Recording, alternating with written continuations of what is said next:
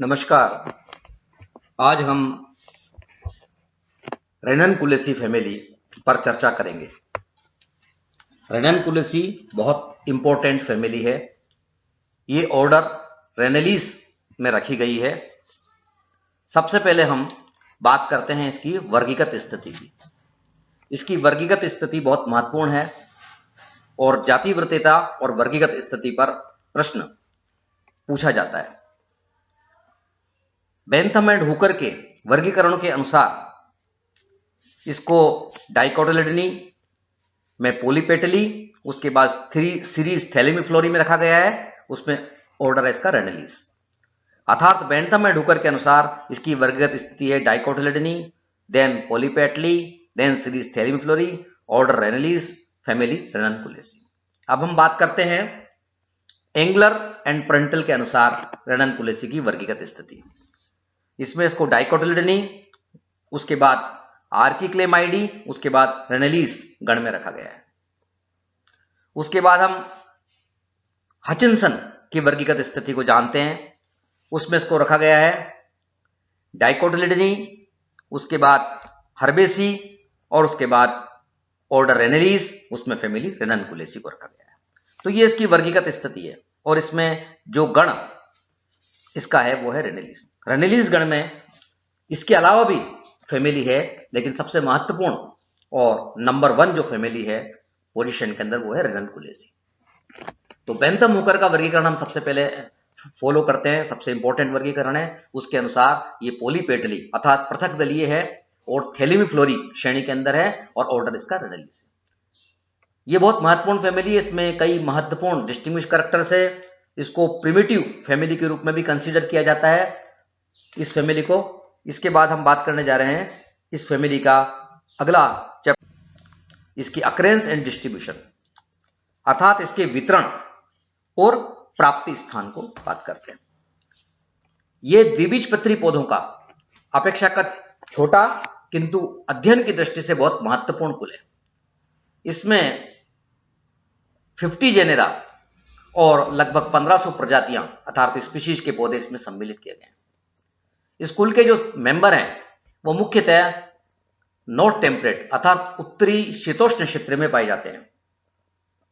हमारे देश में इस फैमिली के लगभग 20 जेनेरा तथा इसके लगभग 155 स्पीशीज प्रजातियां पाई जाती हैं।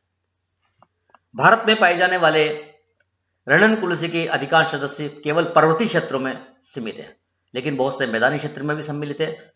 इसमें वाइल्ड प्लांट भी सम्मिलित है, इसमें ऑर्नामेंटल प्लांट भी सम्मिलित है। इस फैमिली के अंदर बहुत से महत्वपूर्ण जेनेरा हैं जो इसके अंदर सम्मिलित होते हैं। समरी हम इसकी यहां पर देख रहे हैं कि अबाउट 50 जेनेरा और 1500 प्रजातियां स्पीशीज इसमें शामिल है। इसमें जो महत्वपूर्ण वंश अर्थात जेनेरा इस फैमिली में आते हैं उसमें से कुछ के महत्वपूर्ण नाम है Ranunculus, Clematis, Nigella, Delphinium, Anemone, Aconitum, Thalictrum आदि। ये हमने जो नाम लिए हैं these are some important examples और इनकी स्पीशीज भी है। जैसे रेननकुलस की बात करें तो रेननकुलस स्क्लेरेटस, रेननकुलस म्यूजिकेटस, इनकी स्पीशीज प्रजातियां हैं।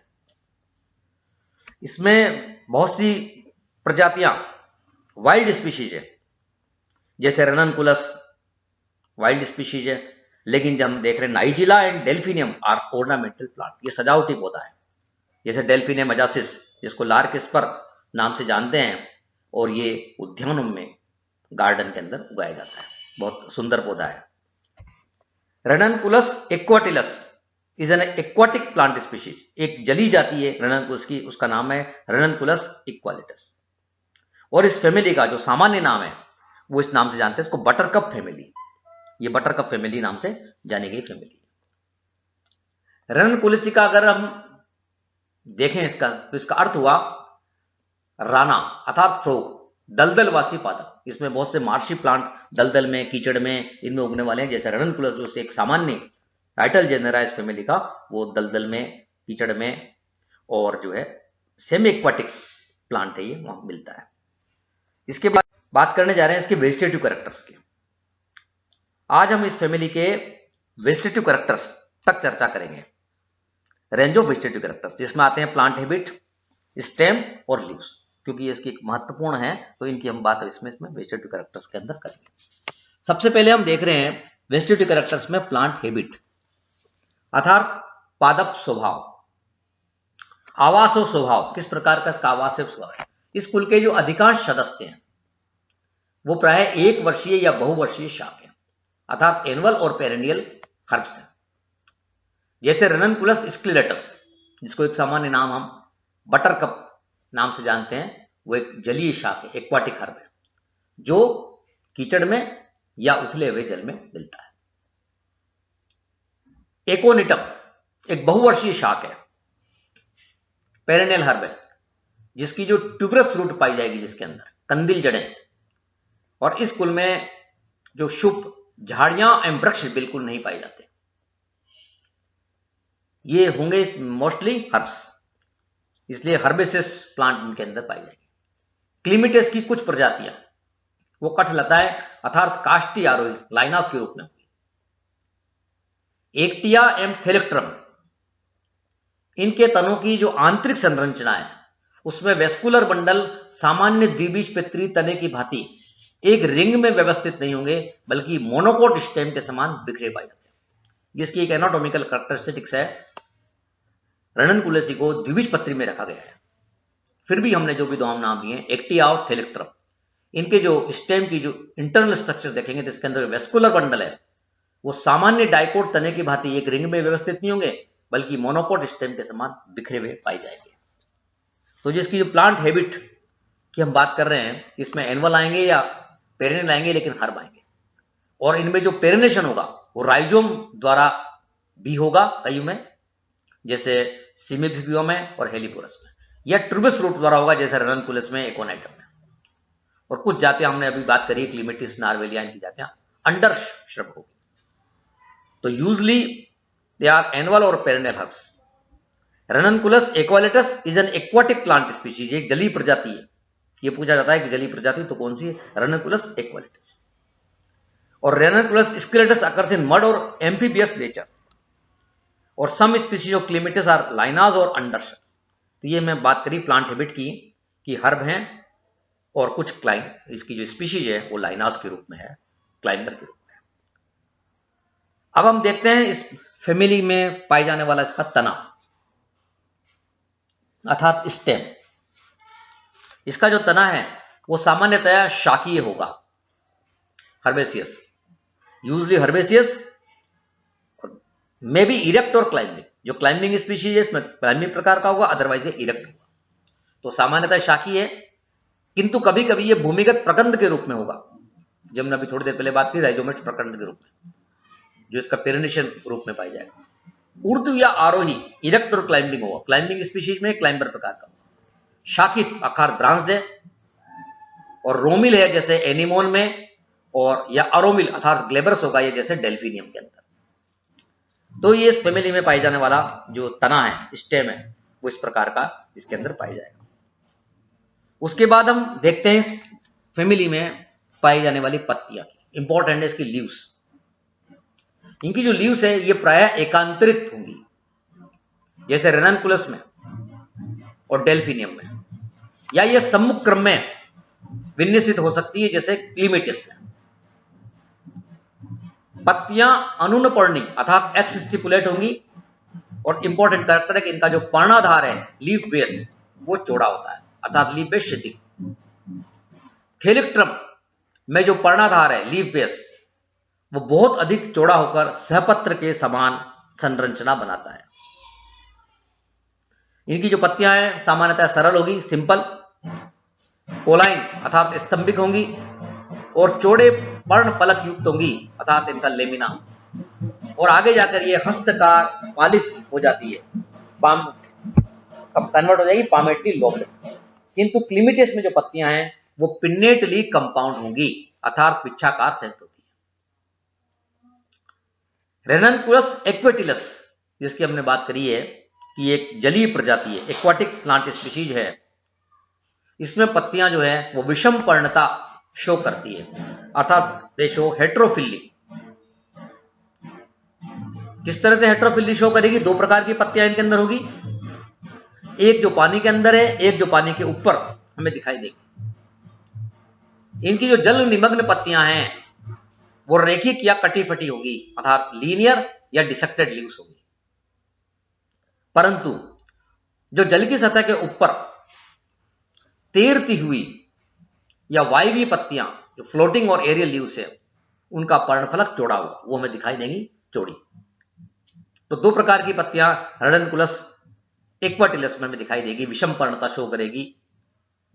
एक तो नीचे की पत्तियां जो कटी फटी है, लीनियर डिसेक्टेड, और ऊपर की पत्तियां जो फ्लोटिंग और एरियल शो करेगी, जो जिनका पर्णफलक चौड़ा होगा। फिर इनकी बात करें इनकी शिरा विन्यास की।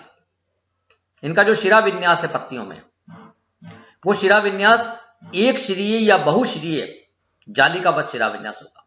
यूनिकोस्टेट और मल्टीकोस्टेट रेटिकुलेट वेनेशन इनके अंदर पाया जाएगा। एक प्रजाति की हम बात करें क्लीमिटिस एफिल्ला, उस क्लीमिटिस एफिल्ला में पत्तियां प्रतान में रूपांतरित हो जाएगी, टेंड्रिल्स में रूपांतरित हो जाएगी, और जो प्रकाश संश्लेषण का कार्य वो तने द्वारा किया जाएगा, वो इनके अंदर स्टेम जो शो करेगा। तो लीव्स इंपॉर्टेंट है इसकी, जो हमने बात करी, पत्तियां कोलाइन होगी, स्तंभिक होंगी, और कभी ये मूलज अर्थात रेडिकल भी हो सकती है। अननुपर्णी की बात हमने करी, स्टिपुलेट है, पर्णधार चौड़ा होगा, पर्णफलक हस्ताकार पालित होगा, और कभी कभी ये पिन्नेटली कंपाउंड हो सकता है, जैसे क्लीमिटिस में। फेलिक्ट्रम में जो लेटरल स्टिप्यूल्स है पार्श्व निपर्ण हो पाए जाएंगे, और शिरा विन्यास जालिकावत होगा, लेकिन वो इसमें भी यूनिकोस्टेट और मल्टीकोस्टेट प्रकार का इनके अंदर पाया जाएगा शिरा विन्यास। हम स्लाइड में देख रहे हैं सिंपल लीव्स है, कोलाइन या रेडिकल होंगी, exstipulate, leaf based sheathing, lamina palmately compounds हैं, but in Clematis pinnately compound है, usually alternate like Ranunculus and Delphinium, और अपोजिट इन क्लीमेटिस, उसके अंदर क्लीमेटिस में अपोजिट सम्मुख पर्ण होगी, और लेटरल स्टिप्यूल्स होंगे इन थैलेक्ट्रम में। हेट्रोफिली फाउंड इन रेननकुलस एक्वाटिलस, विषम पर्णिता। विषम पर्णिता एक इंपॉर्टेंट करैक्टर है। कुछ एक्वाटिक प्लांट विषम पर्णता शो करते हैं, जैसे एक बहुत एग्जाम्पल है जो अगली फैमिली, दूसरी फैमिलियों में है, लिम्नोफिल्ला हेट्रोफिल्ला। उसका नाम ही हेट्रोफिल्ला इसलिए रखा गया है कि वो विषम पर्णता शो करता है, दो प्रकार की पत्तियां होती है लिम्नोफिल्ला हेट्रोफिल्ला में। वो इस फैमिली का नहीं है मेंबर, लेकिन बहुत इंपॉर्टेंट एग्जाम्पल है, जिसमें दो प्रकार की पत्तियां होंगी, पानी में अंदर पाई जाने वाली, पानी के बाहर में। रेननकुलेसी फैमिली का ये प्रश्न पूछा जाता है कि रेननकुलस एक्वाटिलस जो है, ये भी विषम पर्णता शो करता है, जिनके अंदर दो प्रकार की पत्तियां होंगी, और शिरा विन्यास द्विबीज पत्री का मेंबर है, तो रेटिकुलेट वेनेशन होगा, लेकिन वो यूनिकोस्टेट और मल्टीकोस्टेट प्रकार का हो सकता है। तो ये हमने वेजिटेटिव कैरेक्टर्स अर्थात रेंज ऑफ वेजिटेटिव कैरेक्टर्स, वर्धी लक्षणों का, कायिक लक्षणों का परास, इनकी बात हमने करी, जो अलग अलग मेंबर में, जेनरा में अलग अलग प्रकार का शो। ये फैमिली रेननकुलेसी, इसको प्रिमिटिव फैमिली के रूप में कंसीडर किया जाता है, और ये बहुत महत्वपूर्ण कैरेक्टर है, महत्वपूर्ण फैमिली है, लेकिन ये विविधता भरी फैमिली भी है।